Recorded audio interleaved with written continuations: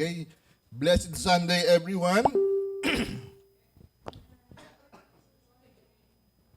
Mag-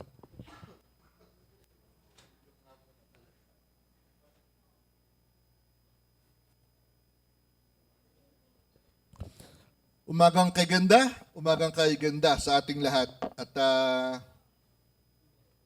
malamig, malamig ang simoy. Ha? 300 ano na lang, birthday na nga ni Alice eh. Nasabi ko last week pa eh. So, kumusta kayong lahat? Alam ko ang ilan sa atin ay mayroong karamdaman, mayroong tinatamaan ng ubot sipon dahil nga sa panahon, sa taglamig na. Baligtad yan, dapat medyo painit na. Pero kasi alam ko itong nasa northern part, natutunaw na ang yelo eh. So medyo nagtutunaw na. Kaya yung hangin, dala yung malamig na hangin. Kaya sa atin, dito ngayon malamig. Kaya si Kuya Mako lagi naka-jacket yan. So, anyway, announcement muna tayo. Para sa ating, ito na, may bago na. Muscle up your heart. Bagay na bagay ito kila Charles, kila Kuya Mac, kila Trev, na nagmamuscle up palagi. So, ito ang ating magiging word feed for the month of February. So, muscle up your heart. Ano kaya ang ibig sabihin ng muscle up your heart?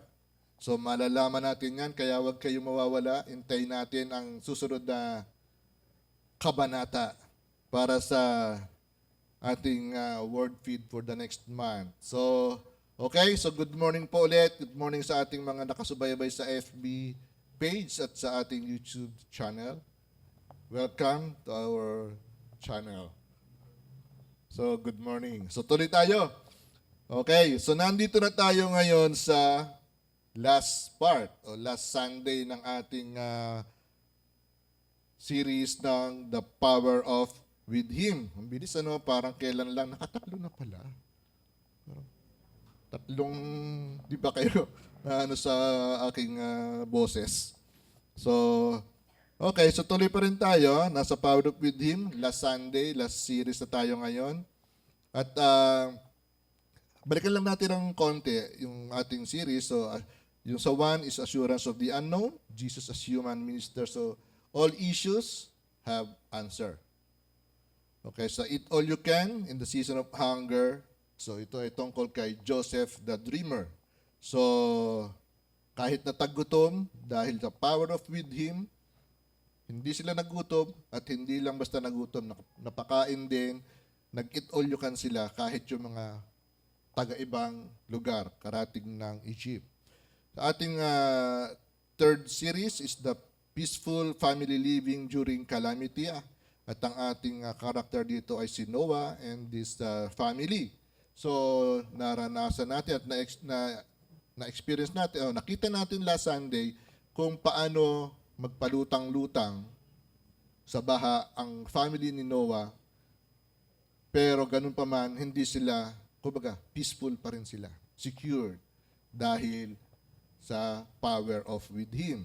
So today, ang ating last series, ang title nito is Clear Vision in an Unsure Direction. So ang ating character dito ngayon ay ang mag-asawang Abraham and Sarah.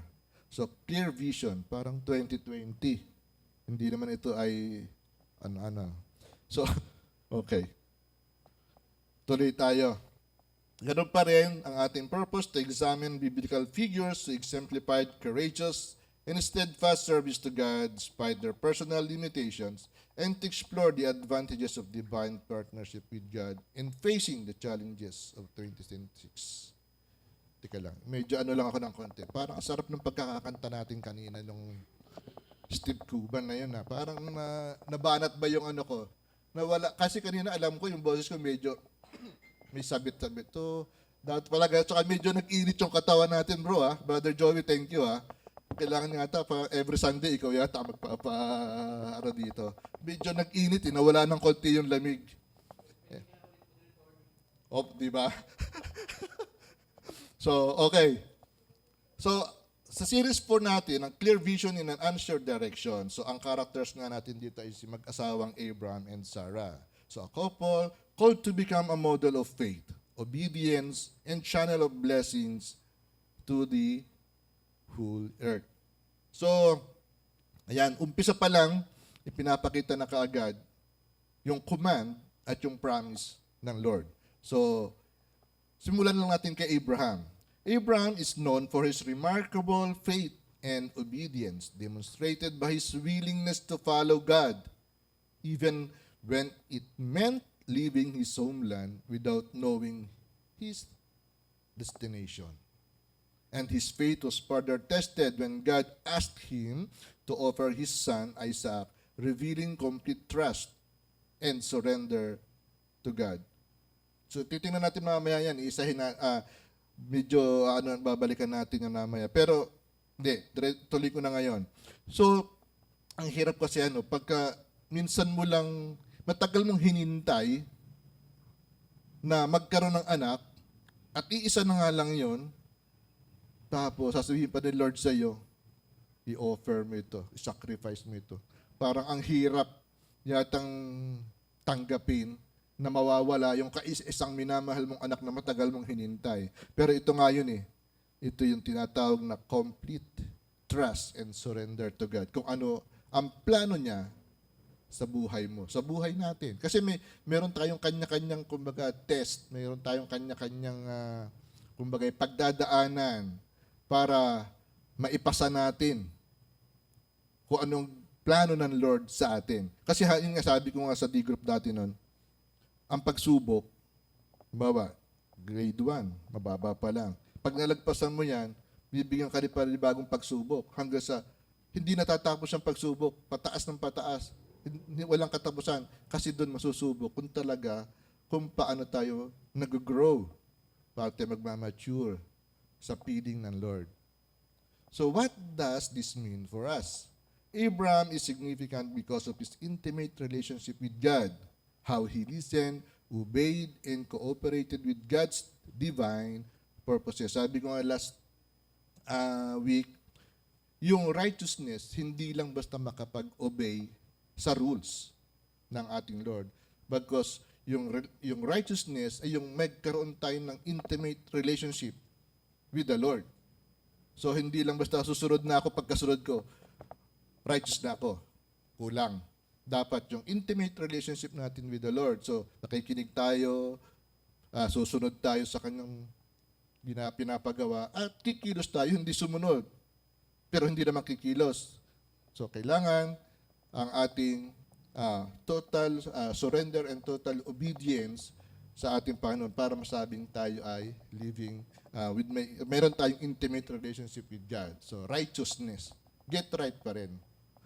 Okay? So, Abraham's success and fulfillment in life provide an answer to our deepest burdens and desires, to live a meaningful life and accomplish God's purpose even when the path ahead is uncertain. Ang hirap sundan kung hindi mo alam talaga kung ano ang naroroon sa patutunguhan mo. Pero yun nga, ang tagay ng topic natin ngayon, the power of with Him. So doon yun ating panghahawakan, the power of with Him.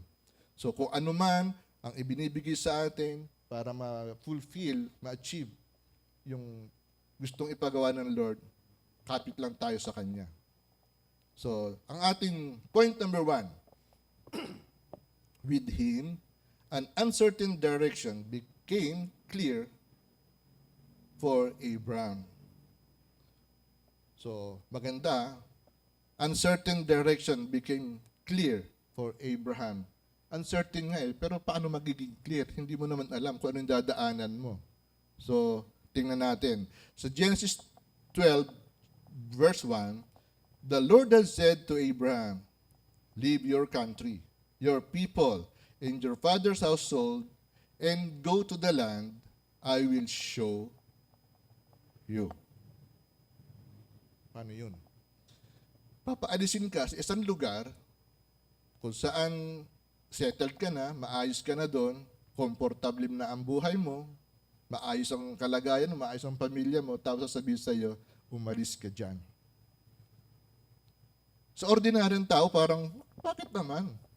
Bakit naman kailangan ko pa lumipat? Bakit kailangan ko umalis?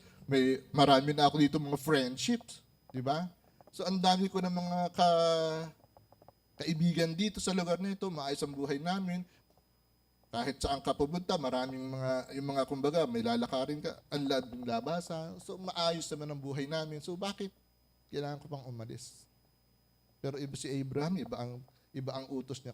Iba ang utos ng Lord kay Abraham. Go to the land I will show you. Sige, punta ako.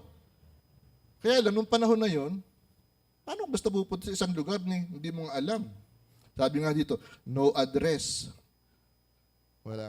Walang nakalagay doon. 22, Tangko Building, Show Boulevard, Corner Calento, makikita mo doon yung 211 Ministries. May address yun eh. Pero dito, wala eh. Wala itong address. So, no ways pa noon. Wala pang Google Map.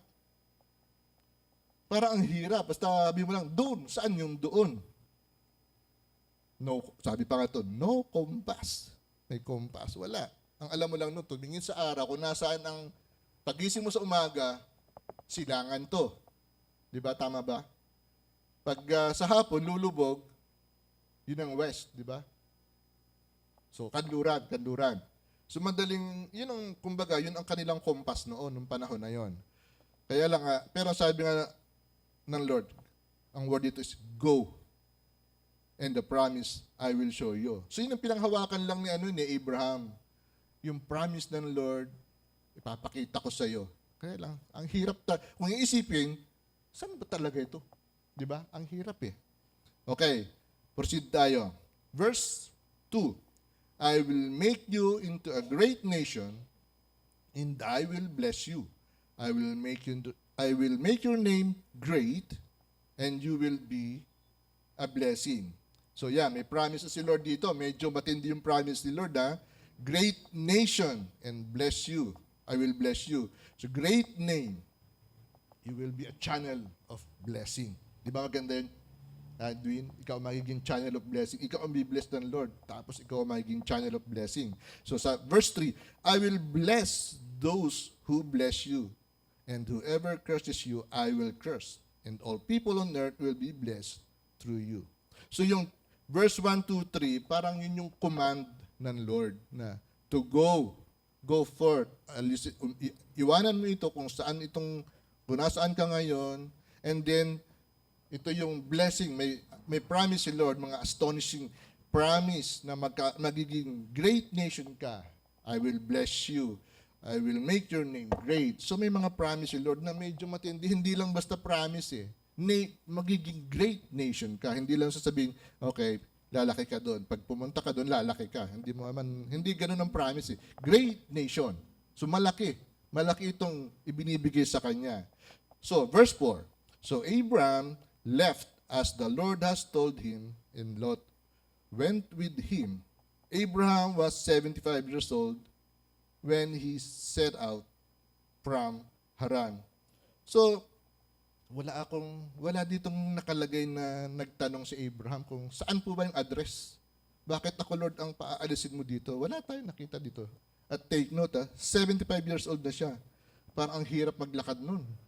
Kasi nung panahon na yon, wala pa namang Grab, wala pang InDrive, di ba? So, wala pang angkas. So, ang meron lang nun anong meron? Paalang, sandals, camel. Di ba may donkey na ba nun? Meron na siguro. Marami na nun. So, tingnan nga natin. Pakita ko lang ng konti kung saan ba sila. Yan.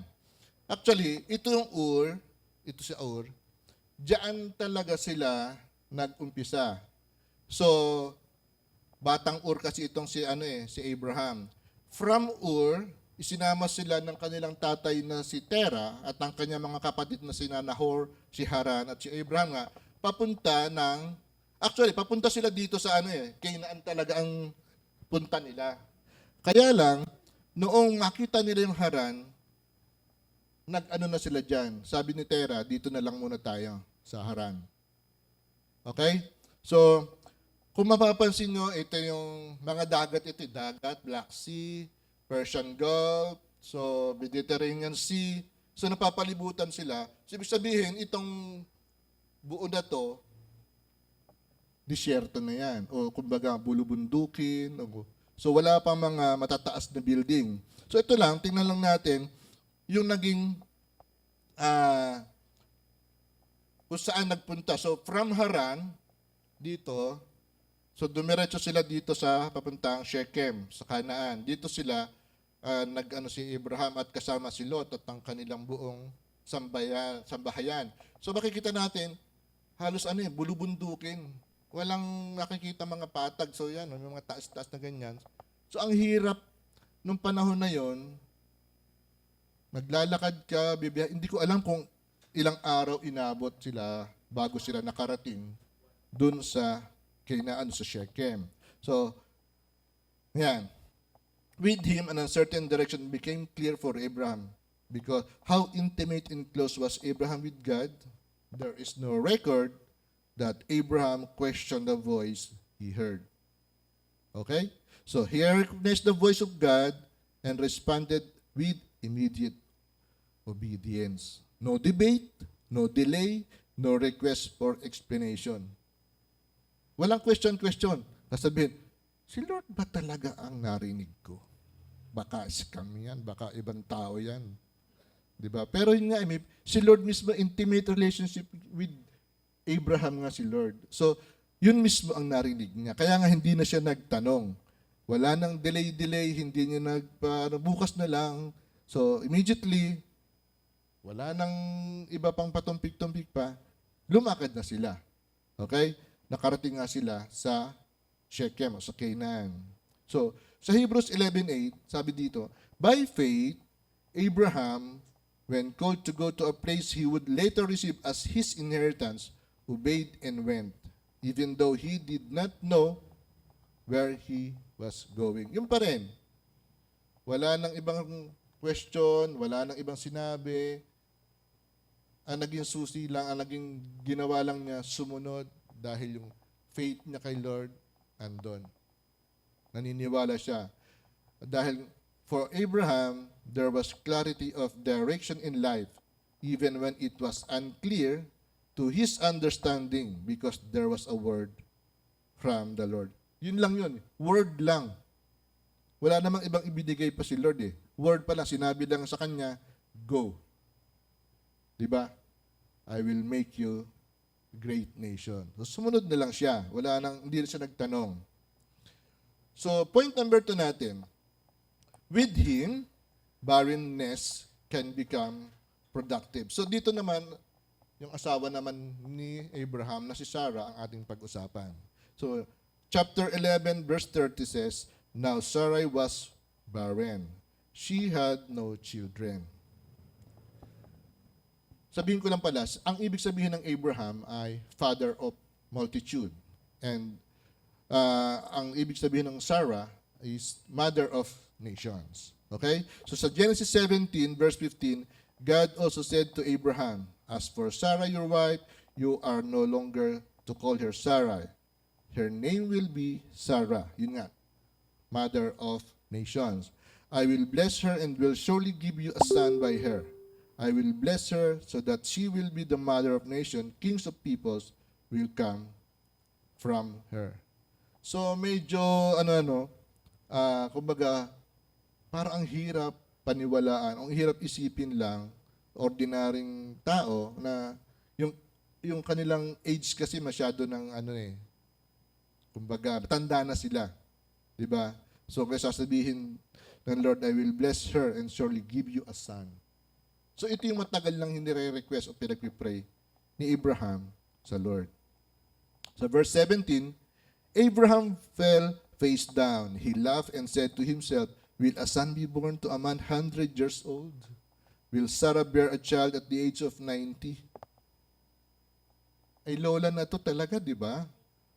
So, kahit sino, sabi nga nung nabasa ko sa Bible, kahit sino naman talaga matatawa. Kasi 100 years old, imagine, 100 years old, tapos yung wife mo is 90 years old. Parang ang hirap isipin na magkakaroon pa sila ng anak ng ganong late age na. Age na talaga. Ang hirap isipin. Pero yun nga wala tayong magagawa. Si Lord ang nagsabi. So, verse 21, "But my covenant I will establish with Isaac, whom Sarah will bear to you by this time next year." At saktong may saktong bilang sila. By next year, sinabi ito, pagbalik nila, magkakaroon talaga ng anak si Abraham. Andun na si Sarah, andun na si Isaac. When he had finished speaking with Abraham, God went up from him. So, ibig sabihin lang, nagkaroon talaga ng appearance ang Lord kay Abraham. Talaga nakipag-usap sa kanya. Kasi nga, yun nga yung sinasabi kanina, mayroon siyang intimate relationship ang Lord kay Abraham. So, pag sinabing went up from him, sabihin, nag-usap talaga sila. Hindi ko lang alam kung gaano katagal. Pero, yung time na yan, pag sinabing ganyan, God went up from him, merong appearance. Nagpakita talaga. Hindi ito yung sabi-sabi lang na meron talaga. So, okay. With him, even barrenness becomes productive when there is a word from the Lord. Yung pa rin ang panghahawakan natin. Kahit naman anong ginagawa natin, sa isang bagay o di kasi ang negosyo natin, kapag ang ating panghahawakan ay yung word ng Lord na magiging productive ang iyong ginagawa, mangyayari at mangyayari naman talaga yun eh. Kasi bibigyan ka ng Lord ng wisdom kung paano gawin yun, bibigyan ka ng Lord ng strength para gawin mo kung ano yung ibinigay ng Lord na blessing sa iyo at para maging blessing ka rin sa iba. So, hindi natin pwedeng sabihin na barren o walang ang tawag doon sa barren, baog. Kasi nga, pag ang Lord na ang kumausap, pag ang Lord na ang nagsabi, walang imposible. Okay? So, Abraham was so close to God that he could hear God speak clearly and personally. Ito yung intimate relationship na sinasabi ko lagi, na mayroon siya noon with the Lord. So, what is impossible with man becomes possible when God speaks. So yun nga, yung mga nakaraan nating series, lahat yon, simula itong 4 hanggang ngayon, lahat yan, ang conclusion is, yung lahat ng impossible, naging possible. Kasi nga, with Him, itong tinatawagan ng power of with Him, walang imposible talaga sa Lord eh. Basta maniwala lang tayo. Yun nga sabi nga sa D-group namin, obedience is the key. Obedience is the key. Kasi kung susunod tayo talaga sa Lord, kung anong gagawin natin, kung ano ipapagawa sa atin, magkakaroon talaga ng bunga. Lahat ng imposible na yan, magiging posible. Basta yung ating faith sa Lord, andon. Naniniwala pa rin tayo na lahat kaya niyang gawin. Kaya nga, encouragement ko sa bawat isa, sa atin, sa lahat ng nakikinig o nanonood, kung gusto nating magkaroon ng magandang bunga, lalo na ngayong 2026, yung mga pinagpipray natin, kung anong gusto natin magkaroon, try natin na sumunod. So, yung power of with Him, sumunod tayo, makinig tayo, maniwala tayo sa sinasabi ng Lord. And all the impossibles will be possible. Okay? So ngayon, ang question natin, ano ang napulot mong wisdom mula sa clear vision in an unclear direction? So katulad ni Sarah, ano ang tila imposibleng bagay sa buhay o sa inyong pamilya na maaari pang mabigyan ng buhay? So ito ang last topic natin ngayong for this month. So I hope meron kayong napulot sa series na ito. So, okay? So ito na yon. To God be the glory.